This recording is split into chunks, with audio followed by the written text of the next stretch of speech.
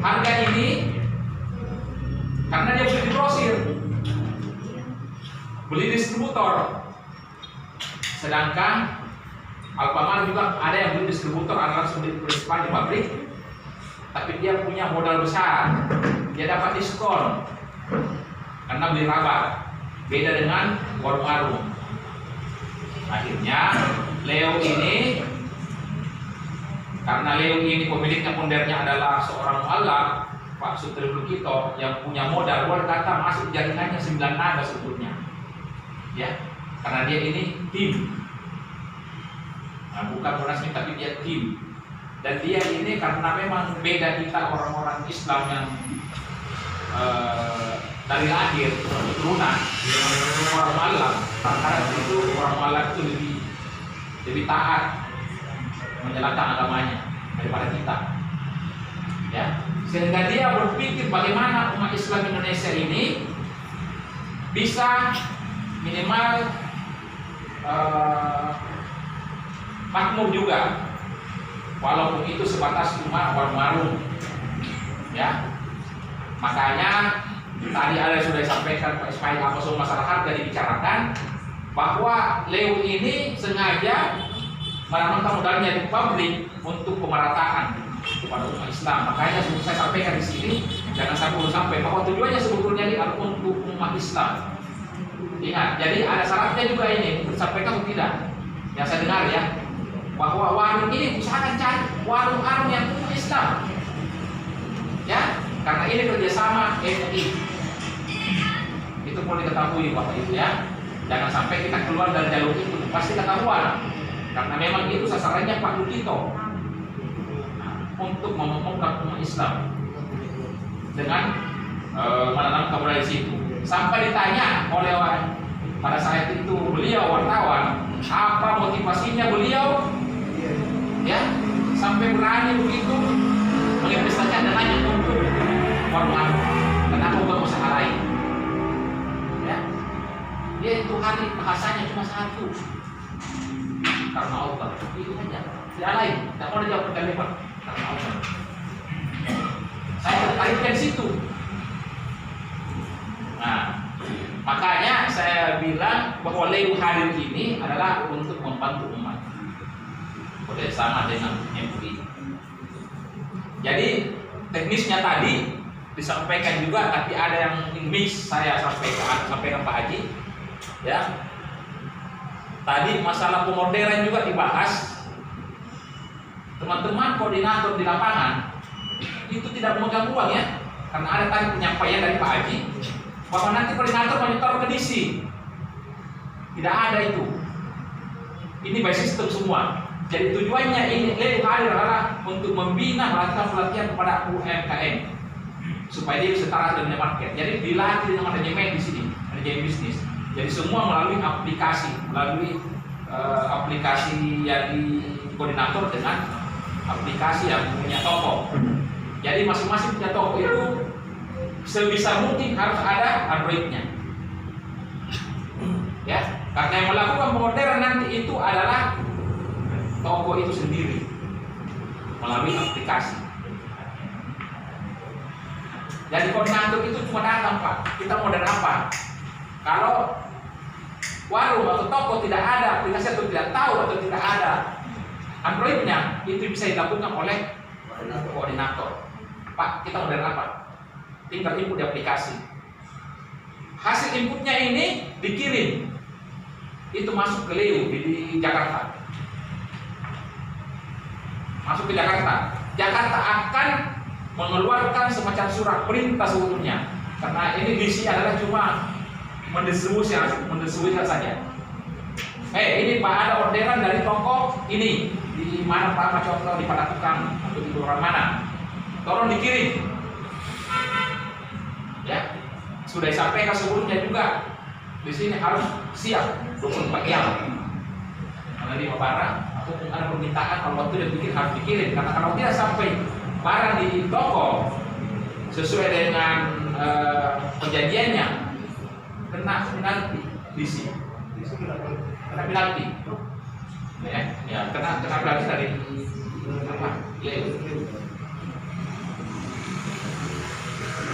pemulainya lagi ini, sampai saya mengatakan ini satu pemulainya sampai kita bisa jual, karena Leo ini berani memberi semacam konsinyasi pinjaman 50%. Jadi kalau seandainya ada warung yang mengorder taruh 100 juta, ya 100 juta, itu cuma menyiapkan saja 50%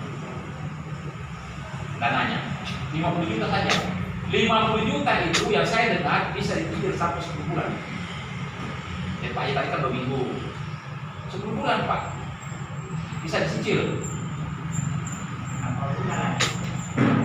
Ya, itu tanpa bunga, karena syariah.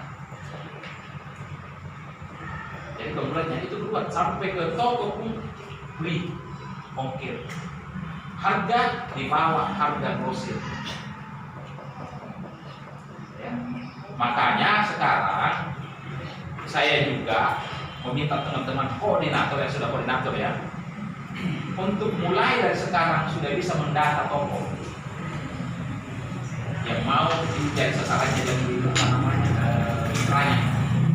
Yang kedua, sudah bisa mencatat barang-barang yang kira-kira yang dibutuhkan itu toko. Karena berbeda Pak, kadang-kadang itu Pak di daerah terpencil dengan ada kota itu terpencil biasanya suka megami. Contohnya satu itu para megami. Tapi di kota tidak mau makan Indomie. Megami yang mana Indomie? Contoh seperti itu Pak ya. Nah, jadi kita sudah bisa sebetulnya mendata produk-produk atau barang-barang. Taruhlah kita ambil kira-kira sekitar 50 item terlaris di setiap toko yang pas kopinya. Karena di toko ini, di warung Aru kita sesalahnya beda dengan supermarket. Supermarket dia jual barang-barang yang slow-slow. Kadang seperti panci, sapu, agak slow. Dibandingkan barang-barang yang pas ngopi seperti Indomie, obat nyamuk, itu kan kebutuhan sehari-hari. Sudah bisa mencatat Pak, jadi kita bisa lapor Pak Ismail barang-barang itemnya apa dibutuhkan atau rata-rata. Coba kita perbandingan apa kita order ke Leo. Ya. Jadi teman-teman nanti di lapangan itu tadi mengatakan tidak susah sebetulnya, karena kita punya keunggulan ini ada konsinyasinya Pak. Jual itu konsinyasinya, bisa kredit, apalagi kasihan yang terbatas modalnya, tidak ada lagi jaminan, bisa kredit 50% tanpa jaminan. Yang jamin Leo. Ada pertanyaan pasti, seandainya macet ya. Leo yang tanggung jawab. Dia mengatakan pernah enggak, saya jamin mau begitu, tidak seorang begitu. Karena memang mau hukuman, bukan dia mencari keuntungan semata-mata. Uangnya ini pusing karena kita mau kemana ini uang ini. Salah satunya adalah membantu teman. Jadi tidak ada uang yang dipegang oleh koordinator kecuali yang punya toko tidak tahu mentransfer, tidak punya nomor rekening. Pak, tolong transferkan saya. Nah, disinilah tanggung jawabnya itu koordinator. Tapi seandainya koordinator curang, apa sanksinya? Ayo tahu, tergantung. Sanksinya mungkin ada KUHP, atau sanksinya barangkali kalau terindikasi ya ada sanksi moral. Salah satunya dipecat, bertanggung jawab kepada Allah juga. Jadi memang saya pernah pertanyakan, waktu beliau datang ke sini, karena saya anggap ini sebetulnya koordinator perannya besar sekali dan tanggung jawabnya besar sekali. Ada beban moral di sini dan tanggung jawabnya ini, karena tidak semua orang toko-toko itu bisa mentransfer, pasti kadang-kadang minta bantuan. Ya untuk kalau pemerintah transfer betul, tapi kalau tidak transfer, diambil uangnya sebentar ditagih toko. Dan masuk ke sana tidak masalah. Ini bukan jangan sampai kata lagi masalah kita